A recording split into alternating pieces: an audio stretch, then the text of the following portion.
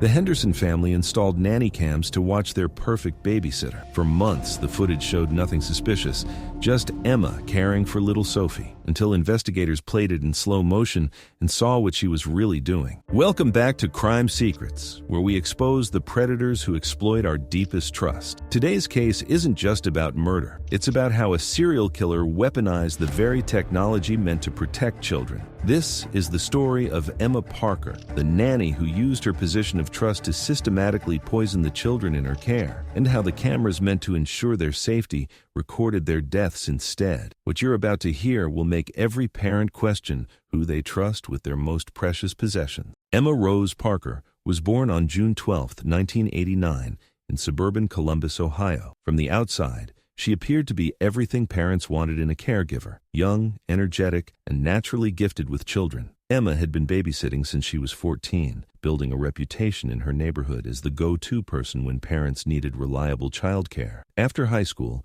Emma pursued a degree in early childhood education at Ohio State University, graduating with honors in 2011. Her professors remembered her as dedicated and passionate about child development. She volunteered at local daycare centers, worked summer camps, and seemed genuinely committed to making a positive impact on young lives. But there were warning signs that no one recognized at the time. During college, Emma had been caught stealing from dorm mates, small items like jewelry and prescription medications. She explained these incidents as misunderstandings, and the matter was quietly resolved without formal charges. More disturbing was her fascination with true crime, particularly cases involving poisoning. Her browser history, later uncovered by investigators, showed she had been researching poison methods since her sophomore year. After graduation, Emma moved to Denver, Colorado, drawn by the city's affluent neighborhoods and the high demand for quality childcare among wealthy families. She quickly established herself through nanny placement agencies, building an impressive portfolio of references and certifications. She was CPR certified, had completed advanced pediatric first aid training,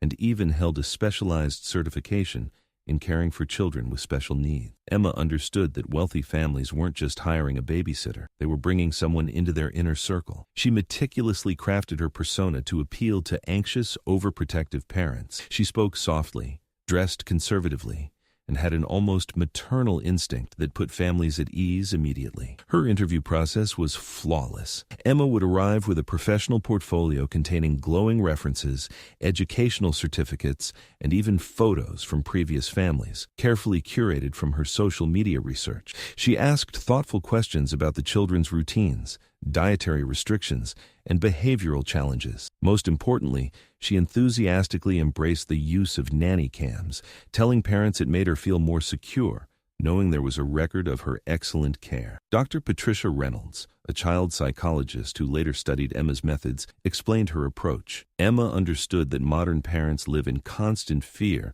about their children's safety. She positioned herself as the solution to that anxiety. By embracing surveillance, she made parents feel like they were being extra cautious while actually giving them a false sense of security. Emma's first position was with the Morrison family in Cherry Creek, one of Denver's most expensive neighborhoods. She was hired to care for 3-year-old Jake Morrison while his parents both worked demanding careers in finance. The Morrisons had installed a comprehensive nanny cam system, cameras in every room where Emma would be with Jake, with live feeds accessible through their phones. What made Emma so dangerous wasn't just her intent to harm, it was her methodical approach to murder. As someone with extensive childcare training, she understood children's physiology, their immune systems, and how parents would react to various symptoms. She also knew that sick children were often the most vulnerable, creating opportunities for escalated care that could mask more sinister activities. Emma's weapon of choice was a combination of common household substances and over-the-counter medications that, when administered in specific doses over time,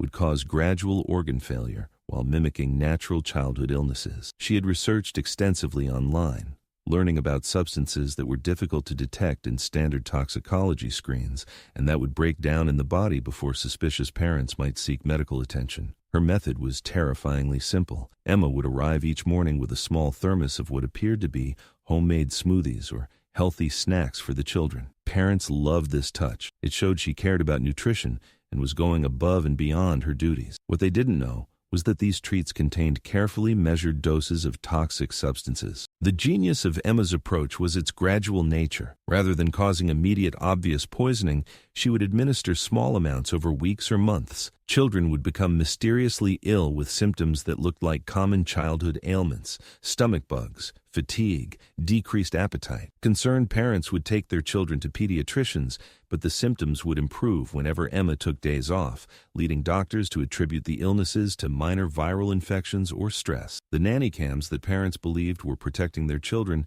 actually enabled Emma's crimes. She had studied the camera positions during her initial interviews and understood their limitations. Most importantly, she knew that parents, despite having access to live feeds, rarely watched them continuously during work hours. They relied on the psychological comfort of knowing they could check in, rather than actually monitoring constantly. Emma exploited this false sense of security brilliantly. She would time her poisoning activities during moments when parents were most likely to be busy, during their morning commute, important meetings, or lunch hours. She also understood that normal playback speed would make her actions appear innocent. A quick moment of Emma giving a child a snack or drink looked perfectly normal unless viewed in slow motion and analyzed for patterns. More insidiously, Emma used the cameras to study her victims. She would observe children's reactions to various foods and activities, learning their preferences and vulnerabilities. She documented their daily routines, noting when they were most likely to accept food or drink without question. The very tool meant to protect them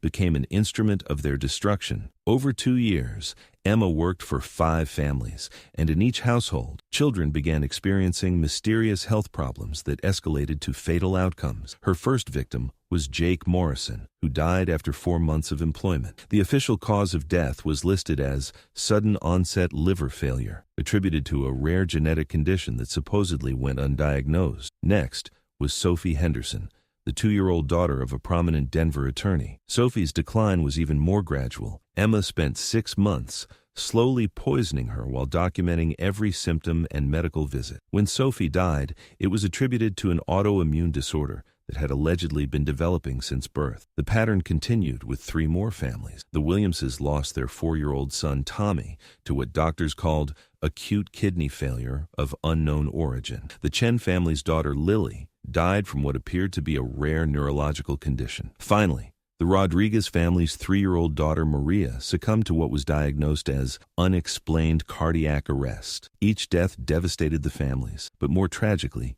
each family blamed themselves. Parents questioned whether they had missed warning signs, whether they had been too focused on their careers, whether they had failed to provide adequate medical care. Emma attended every funeral, offering comfort and support to the grieving families, some of whom even provided references for her next position. The connection between Emma and the deaths might never have been discovered if not for Dr. Sarah Mitchell, a pediatric pathologist at Denver Children's Hospital. Dr. Mitchell had performed autopsies on 3 of the 5 children and noticed unusual patterns in their tissue samples that weren't consistent with the official causes of death. Dr. Mitchell began investigating further and discovered that all 3 children had been cared for by nannies employed through the same placement agency. When she learned that the same nanny had worked for multiple families, she contacted Detective Robert Hayes from the Denver Police Department's homicide unit. Detective Hayes, initially skeptical, the deaths had occurred over 2 years in different neighborhoods, with different doctors providing different diagnoses. But Dr. Mitchell's forensic evidence was compelling. She had found traces of multiple toxic substances in tissue samples